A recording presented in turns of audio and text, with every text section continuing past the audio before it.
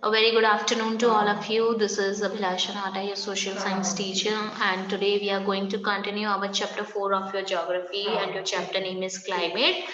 In our last class, we have discussed about how latitude, altitude, and ocean currents control the climates. Okay, and we have also studied about how latitude and altitude, the factors, latitudes and altitudes affect India's climates. Okay, so today we are going to discuss about the pressure and winds and distance from the sea and how these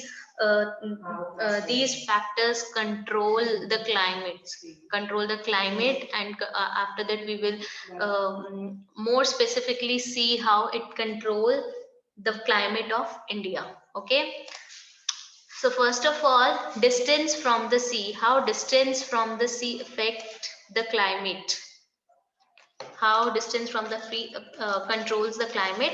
So the sea exerts a moderating influence on climate. How? As the distance from the sea increases, its moderating influences decreases, and the people experience extreme weather condition. Now, just take an example.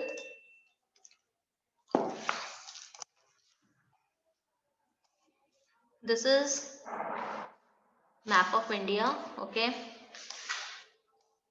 this is the coastal area of India. The person who is living here, just let me change the color of your pencil. Okay, and one person is living here.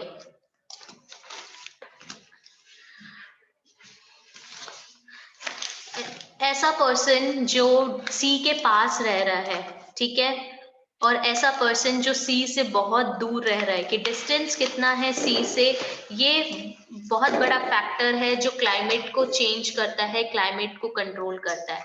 ऐसा person जो सी के पास रह रहा है वो climate जो है अलग क्लाइमेट को फील करेगा, और ऐसा पर्सन जो दूर रह रहा है, डिस्टेंस में रह रहा है सी से, वो अलग टाइप का क्लाइमेट जो है फील करेगा। How? As you all know, अभी हम प्रेशर में पढ़ेंगे, लो प्रेशर विंड और हाई प्रेशर विंड। आपने अर्लियर क्लासेस में भी पढ़ा है एयर प्रेशर के बारे में। तो एयर बेसिकली होता क्या है, एयर प्रेशर, लो प्रेशर एरिया क्या है कि लैंड ब्रीज और सी ब्रीज पढ़ा है, ठीक है। पहले आप एयर प्रेशर समझ लीजिए कि क्या होता है air pressure. For example, this is, let me take another. For example, this is earth and this is sun. Okay, तो सन रेज जो है डायरेक्टली कहाँ पड़ती है? इक्वेटर पे डायरेक्टली पड़ रही है। तो ये वाला जो एरिया है, 0 डिग्री वाला जो एरिया है, यहाँ पे जो टेम्परेचर है बहुत ज्यादा हाई रहता है, ठीक है। तो हाई रहने की वजह से, टेम्परेचर ज्यादा होने की वजह से, यहाँ पे जो एयर मासेस होते हैं वो क्या है, यहाँ पे रह नहीं पाते हैं, वो ऊपर उठते हैं और हाई प्रेशर वाले एरिया में चले जाते हैं। मतलब जहाँ पे टेम्परेचर कम होता है उस एरिया में क्या है, हॉरिजॉन्टली डिवाइड हो जाते हैं। तो उसको हम नॉर्मली क्या बोलते हैं, एयर प्रेशर बोलते हैं। जहाँ पे टेम्परेचर ज्यादा है वहां वो एरिया लो प्रेशर एरिया होता है, और जहाँ पे टेम्परेचर कम होता है, जैसे कि पोलर रीजन्स हो गए, ठीक है, सब ट्रॉपिकल रीजन्स हो गए, यहाँ पे हाई, ये वाला एरिया जो होता है नॉर्मली हाई प्रेशर एरिया होता है बिकॉज ऑफ लो टेम्परेचर, ठीक है। और हाई प्रेशर एरिया से जो विंड्स होती है वो कहाँ पे जाती है, लो प्रेशर एरिया में विंड्स जाती है, उसको भी हम आगे डिस्कस करते हैं। तो अभी मैं आपको लो प्रेशर हाई प्रेशर का कॉन्सेप्ट क्लियर हो गया, आपने पहले पढ़ रखा है वैसे। तो लैंड ब्रीज और सी ब्रीज भी पढ़ रखा है। तो सी ब्रीज में क्या होता है, डे के टाइम पे समुद्र से जो हवाएं आती है, बहुत ठंडी हवाएं आती है, क्योंकि एक लैंड की प्रॉपर्टी होती है, क्या प्रॉपर्टी होती है, लैंड बहुत जल्दी गर्म होती है और बहुत जल्दी ठंडी भी होती है। और वाटर की क्या प्रॉपर्टी होती है, वाटर बहुत जल्दी गर्म होता है, बहुत लेट गर्म होता है, और बहुत लेट क्या होता है, ठंडा होता है। कूल भी लेट होता है और हॉट भी लेट होता है। तो दिन के टाइम पे क्या होता है जब सन रेज इंसोलेशन के वजह से, सोलर एनर्जी के वजह से लैंड जो है बहुत जल्दी गर्म हो जाता है, ठीक है। तो ये वाला लैंड वाला एरिया कौन सा एरिया हो गया? लो प्रेशर एरिया हो गया। तो एयर मासेस क्या करते हैं, यहाँ से उठते हैं और हाई प्रेशर वाली जगह पे चले जाते हैं, और हाई प्रेशर वाली जगह पे जब एयर मासेस चले जाते हैं, तो यहाँ से हाई प्रेशर से लो प्रेशर वाले एरिया में जो हवाएं चलती है वो क्या, हाई प्रेशर से लो प्रेशर वाले एरिया में क्या होता है, हवाएं चलती है, ठीक है। तो अब देखिए, जो ऐसा पर्सन जो कोस्टल एरिया के पास रहते हैं, ठीक है, जो कोस्टल एरिया के पास रहते हैं, वहां पे जो वेदर कंडीशन होती है वो नॉर्मली क्या होती है, एक मॉडरेट सी होती है, ठीक है ना। ज्यादा पीपल जो है एक्सट्रीम वेदर कंडीशन फील नहीं करते हैं, जो कोस्टल एरिया में लोग रहते हैं। बट जितना डिस्टेंस होता है सी से, उतने ही डिस्टेंस में लोग क्या करते हैं, वहां पे लोग एक्सट्रीम वेदर कंडीशन को फील करते हैं। फॉर एग्जाम्पल, हम दिल्ली और मुंबई का एक एग्जाम्पल लेते हैं। दिल्ली में क्या है, बहुत एक्सट्रीम ठंड भी पड़ती है और बहुत एक्सट्रीम गर्मी भी पड़ती है। क्यों? क्योंकि सी से जो डिस्टेंस है वो काफी दूर है। वही अगर हम कंपेयर करें मुंबई से, ठीक है, मुंबई में लोग क्या है, ना ही वहां पे ज्यादा ठंड पड़ती है और ना ही ज्यादा क्या है, गर्मी पड़ती है। क्यों? Because it is near to the sea. तो सी से जितना डिस्टेंस कम होगा, उतनी ही वेदर कंडीशंस आपकी क्या होगी, मॉडरेट होगी, और जितना दूर होगा वहां पे वेदर कंडीशन आपका एक्सट्रीम होगा। और ये जो very hot during summers and very cold during summers, ये जो एक्सट्रीम वेदर एक्सपीरियंस हम जो करते हैं ना, इस कंडीशन को हम क्या बोलते हैं, कॉन्टिनेंटेलिटी बोलते हैं, ठीक है। So this is the distance from the sea. Now after that, our next type of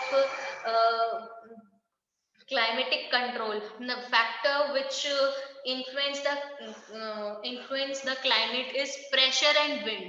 अभी मैंने आपको प्रेशर समझा दिया, एयर प्रेशर समझा दिया, लो प्रेशर एरिया क्या होता है और हाई प्रेशर एरिया क्या होता है। देखो, एयर प्रेशर क्या है, जो जगह सबसे ज्यादा, ठीक है, for example this is earth and this is sun, ठीक है। लैटिट्यूड्स, लॉन्गिट्यूड्स, इक्वेटर, ये सब मुझे पता है, आपको आता है, आप 9th में हो, इतना आना चाहिए आपको, ठीक है। तो जो सन रेज है डायरेक्टली इक्वेटर पे पड़ती है, ठीक है। तो यहाँ पे टेम्परेचर कैसा होता है, टेम्परेचर ज्यादा होता है, और जहां पे टेम्परेचर ज्यादा होता है उस एरिया को, वहां पे एयर का जो प्रेशर होता है वो कम होता है, ठीक है। वहां पे टेम्परेचर के वजह से एयर का प्रेशर कम होता है, इसलिए एयर क्या करती है, यहाँ से उठती है, वैक्यूम बन के उठ जाती है, और यहाँ से हाई प्रेशर वाले एरिया में, हाई प्रेशर वाले एरिया का मतलब क्या है, जहां पे टेम्परेचर कम होता है, जैसे पोलर रीजन्स हो गए, सब ट्रॉपिकल रीजन्स हो गए, वहां पे प्रेशर कम होता है एज कंपेयर टू इक्वेटर वाला एरिया, ठीक है, जहाँ पे टेम्परेचर ज्यादा है। तो एयर मासेस उठ के हाई प्रेशर वाले एरिया में क्या करता है, वो चली जाती है, हाई प्रेशर वाले एरिया में चले जाते हैं। अब हाई प्रेशर वाले एरिया से क्या होता है, अब हैवी जो एयर हो गई है वो कैसी हो गई है, हैवी हो गई है। तो हैवी होने के कारण जो हवाएं बन के क्या होती है, वो लो प्रेशर वाले एरिया में जाती है, ठीक है। तो अभी के लिए आप ये ध्यान रखो, एयर प्रेशर में लो प्रेशर वाला एरिया कौन सा होता है, ऐसा एरिया जहाँ पे टेम्परेचर ज्यादा होता है। और हाई प्रेशर वाला एरिया कौन सा होता है, ऐसा एरिया जहाँ पे टेम्परेचर कम होता है, वो हाई प्रेशर वाला एरिया होता है। और जो हवाएं चलती है वो कैसे चलती है, हाई प्रेशर एरिया से लो प्रेशर एरिया में जो है हवाएं चलती है, ठीक है। Air masses lower pressure area से उठता है और हाई प्रेशर वाले एरिया में चले जाते हैं, और वहां से हवाएं बन के लोअर प्रेशर वाले एरिया में हवाएं आती है, okay. So the pressure and wind system of any area depend on the latitude and altitude of the place. आपको बता दिया ना, latitude और altitude of a place में कैसे होगा। latitude क्या है, इक्वेटर क्या है, latitude ही है। अब इक्वेटर latitude है और यहाँ पे जो टेम्परेचर है सबसे ज्यादा है, तो प्रेशर समझ आ गया ना कि यहाँ पे लो प्रेशर है, ठीक है। तो लैटिट्यूड और एक जगह की हाइट कितनी है उस पे भी डिपेंड करता है, क्योंकि आपने लेयर्स ऑफ एटमॉस्फेयर पढ़ रखा है। अगर if we start from the bottom, तो troposphere, stratosphere, mesosphere, thermosphere and exosphere, these are 5 layers of the atmosphere. जो ट्रोपोस्फेयर, अब जैसे जैसे एयर ऊपर जाती है, ठीक है, एयर जितना ऊपर जाएंगे उतना रैपिडली जो है एयर प्रेशर क्या हो जाएगा, कम हो जाएगा, रैपिडली वो फॉल कर देगा, ठीक है। तो does it influences the temperature and rainfall pattern, ठीक है। अगर लैटिट्यूड और ऑल्टीट्यूड के वजह से जो प्रेशर है एयर का और विंड सिस्टम अगर डिपेंड करता है, इस वजह से टेम्परेचर और रेनफॉल का पैटर्न भी क्या हो जाता है, इन्फ्लुएंस होता है। क्यों? जो रेनफॉल है, टेम्परेचर है, वो सारा का सारा किस पे डिपेंड करता है, विंड पे, ठीक है, विंड पे और एयर प्रेशर पे ही डिपेंड करता है। तो अब बात आती है कि ये इंडिया के क्लाइमेट को कैसे इफेक्ट कर रहा है। अब इंडिया जो है, India lies in the region of north easterly winds. These winds originate from the subtropical high pressure belt of the northern hemisphere. अब इंडिया कौन से, ईस्टर्ली और वेस्टर्ली विंड्स क्या होती है, first of all easterly winds हम उन winds को बोलते हैं जो ईस्ट से ब्लो करती है, उसको हम ईस्टर्ली विंड्स बोलते हैं। जो वेस्ट डायरेक्शन से विंड ब्लो करती है उसको हम वेस्ट वेस्टर्ली बोलते हैं, ठीक है। ईस्टर्ली और वेस्टर्ली पता चला। तो India lies in the region of north easterly winds.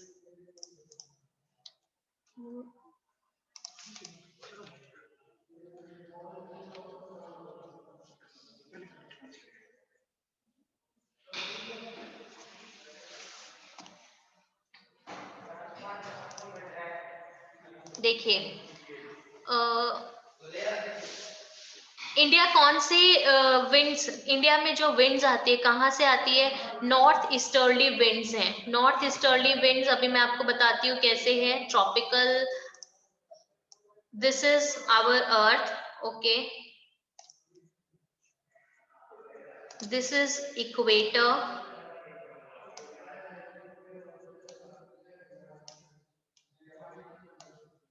these are the other latitudes। अब आपको पता है इंडिया जो है, इंडिया सब ट्रॉपिकल और ट्रॉपिकल रीजन में आता है, ठीक है। यहाँ पे आपका इंडिया है, फॉर एग्जाम्पल यहाँ पे आपका इंडिया है, तो ठीक है। तो अब देखो, इंडिया का कौन से रीजन में लाई करता है, north easterly winds. North easterly मतलब कि इंडिया में जो विंड्स आ रही है नॉर्थ ईस्टर्ली, नॉर्थ की डायरेक्शन में आ रही है, ईस्ट की डायरेक्शन से जो है विंड्स यहाँ पे ब्लो करते हुए आ रही है। सब tropical high pressure belt of the northern hemisphere. अब देखिए यहाँ से नॉर्दर्न हेमिस्फीयर के हाई बेल्ट से, ठीक है, हाई प्रेशर तक यहाँ पे आए, यहाँ पे आया और यहाँ से हवाएं इंडिया में आ रही है। They blow southwards, get deflected to the right due to the Coriolis force. अब बेटा ये कोरियोलिस फोर्स क्या होता है, कोरियोलिस फोर्स का मतलब होता है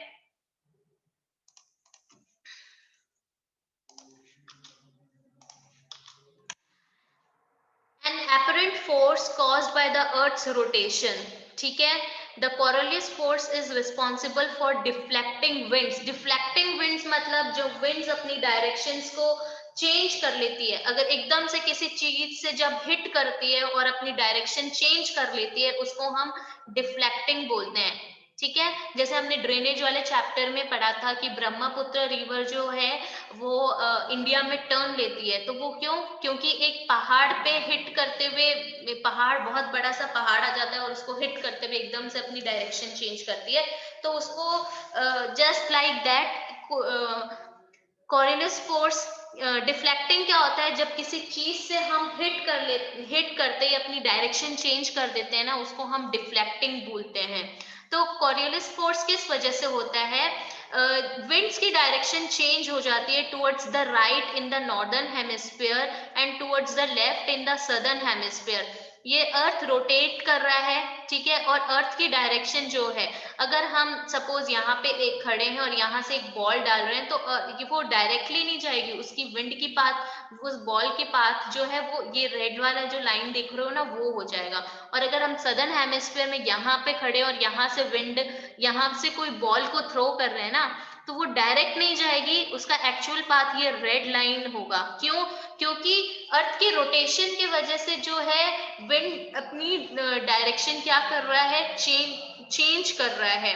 और इसी चीज को हम, ठीक है, यही डिफ्लेक्टिंग विंड्स को हम क्या बोलते हैं, हम कॉरियोलिस इफेक्ट बोलते हैं, कॉरियोलिस फोर्स बोलते हैं, या फिर इसको हम फेरेल्स लॉ भी बोल सकते हैं। अब देखो इस पिक्चर में क्या है, as earth rotates the Coriolis effect turns winds in the northern hemisphere towards the right, और same with the southern hemisphere भी ऐसा ही होता है।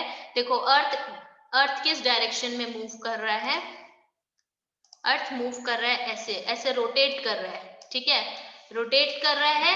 तो कोरियोलिस इफेक्ट क्या हो रहा है, रोटेट करने के वजह से विंड की पाथ जो है ये नॉर्दर्न हेमिस्फीयर में कैसे हो जाती है, राइट की डायरेक्शन में। अब आप यहाँ पे अगर खड़े हो तो आपका राइट हैंड यहाँ पे है ना, तो राइट की डायरेक्शन में क्या है, विंड चली जाएगी। और अगर आप यहाँ खड़े हो नॉर्थ के साइड में अपना फेस करके, ठीक है, और यहाँ पे क्या होगा, जो अर्थ के रोटेट करने के वजह से आपकी जो विंड की डायरेक्शन आपके लेफ्ट हैंड साइड में हो जाएगी, ठीक है।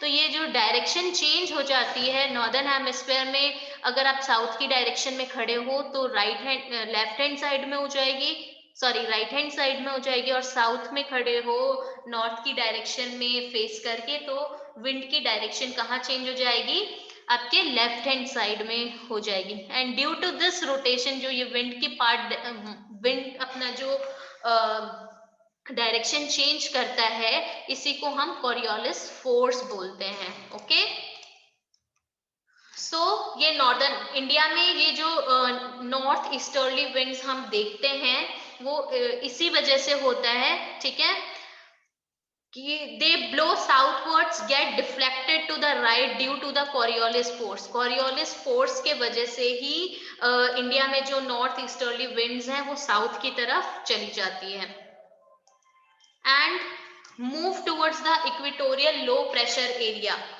ठीक है, अब मैंने आपको बताया था लो pressure area, high pressure area, high pressure area से लो प्रेशर एरिया में विंड आती है, तो कोरियोलिस फोर्स के वजह से डायरेक्शन चेंज कर लेती है, और डायरेक्शन चेंज करने के बाद वो क्या है, इक्वेटोरियल जो लो प्रेशर एरिया है ना वहां पे चली जाती है। लो प्रेशर एरिया मतलब इंडिया साउथ के टुवर्ड्स चली जाती है। Generally, these winds carry little moisture as they originate and blow over land. और winds क्या है, अपने साथ थोड़ा मॉइस्चर भी कैरी करती है, ठीक है, और and blow over the land, मतलब जो आपका यहाँ का क्लाउड होगा, रेन हो सकती है, ब्रिंग लिटिल और नो रेन, ठीक है।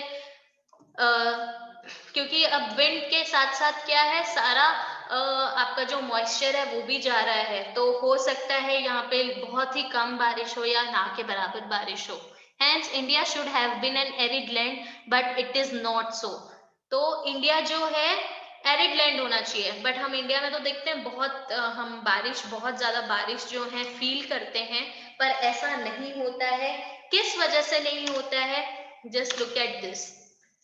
फर्स्ट ऑफ ऑल, इंडिया के जो वेदर कंडीशंस हैं उसको हमने 3 पार्ट्स में डिवाइड किया है। 3 एटमॉस्फेरिक कंडीशंस में हमने क्या है उसको गवर्न किया है। क्या क्या है, pressure and surface winds, upper air circulation, western cyclonic distribution and tropical cyclones. ये 3 चीजों में हमने इनको इंडिया के एटमॉस्फेरिक कंडीशन को डिवाइड किया गया है। अब तीनों को देखते हैं और हम ये देखते हैं कि इंडिया का जो लैंड है वहाँ इंडिया जो है एरिड लैंड नहीं है, बट हम इंडिया के क्लाइमेट को मॉनसून क्लाइमेट बोलते हैं। और किस वजह से बोलते हैं, अब देखिए, during winter there is a high pressure area north of the Himalayas.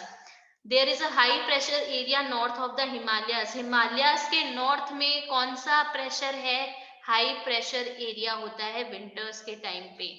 Cold, dry winds blow from this region to the low pressure areas over the oceans to the south. अब देखो, इंडिया ये रहा, यहाँ से high pressure area से हवाएं आ रही है और ये ओशियन के साइड में क्या कर रही है, ये देखो ये वाला, ये सरफेस विंड्स है और ये डबल डबल जो पैरेलल लाइंस है वो क्या है, सब ट्रॉपिकल वेस्टर्ली जेट स्ट्रीम्स है, ठीक है, सब ट्रॉपिकल है। तो विंटर्स के टाइम पे क्या है, हिमालयास के टाइम, हिमालयास के नॉर्थ में जो है हाई प्रेशर एरिया होता है और वहां से जो है ठंडी हवाएं या फिर कोल्ड और ड्राई विंड्स ब्लो करती है विंड लो प्रेशर एरियाज में। अब लो प्रेशर एरियाज कौन से होंगे, लो प्रेशर एरियाज आपका ये समुद्र का जो इलाका है ओशियंस के साथ में होंगे, ठीक है। And in summers, a low pressure area develops over interior Asia as well as over northwestern India. और समर्स के टाइम पे उल्टा हो जाता है, जो इंटीरियर है आपका एशिया का इंटीरियर है, ये वाला जो एरिया है, यहाँ पे हम क्या देखते हैं कि यहाँ पे लो प्रेशर एरिया है। This causes A complete reversal of the direction of winds during summer. तो इससे विंड्स की डायरेक्शन जो है एकदम से चेंज हो जाती है। उस टाइम पे हमने देखा कि ठंड के टाइम पे ईस्टर्ली विंड्स हैं और वही समर्स के टाइम पे कौन सी विंड्स आ गई, वेस्टर्ली, साउथ वेस्ट बोल सकते हो या फिर वेस्टर्ली विंड्स बोल सकते हो, वेस्टर्ली विंड्स देखने को मिलती है। Air moves from the high pressure area over the south Indian ocean in a south easterly direction. Just look at this, air जो है कहाँ से मूव कर रही है, south west, south Indian ocean से एयर मूव करते हुए आ रही है, क्योंकि ये वाला जो एरिया है समर्स के टाइम पे लो प्रेशर एरिया हो जाता है और ये वाला एरिया जो है समर्स के टाइम पे हाई प्रेशर एरिया हो जाता है। इसलिए हाई प्रेशर से लो प्रेशर में विंड्स ब्लो करती है, फ्लो करती है। तो आप ये समझ लीजिए सदर्न इंडियन ओशियन से या फिर साउथ ईस्टर्न डायरेक्शन से जो है इक्वेटर लो प्रेशर एरिया में जो है इंडिया के सब कॉन्टिनेंट में जाते हैं। इसलिए इंडिया को जो है साउथ वेस्ट मॉनसून विंड्स भी बोला जाता है। These are known as south west monsoon winds. These winds blow over the warm oceans, gather moisture and bring widespread rainfall over the mainland of India. अब देखो Indian ocean south west monsoon winds इसको बोल रहे हैं हम, क्यों बोल रहे हैं, क्योंकि साउथ से विंड्स कैरी कर रही है और समुद्र के ऊपर से विंड्स कैरी कर रही है, मतलब साथ में अपने साथ मॉइस्चर भी लाएगी और जब वो मॉइस्चर लाएगी तो इसका मतलब है क्लाउड्स की फॉर्मेशन होगी और इंडिया के मेनलैंड में क्या होती है, बारिश होती है। तो I think now this is clear कि why India is not an arid land.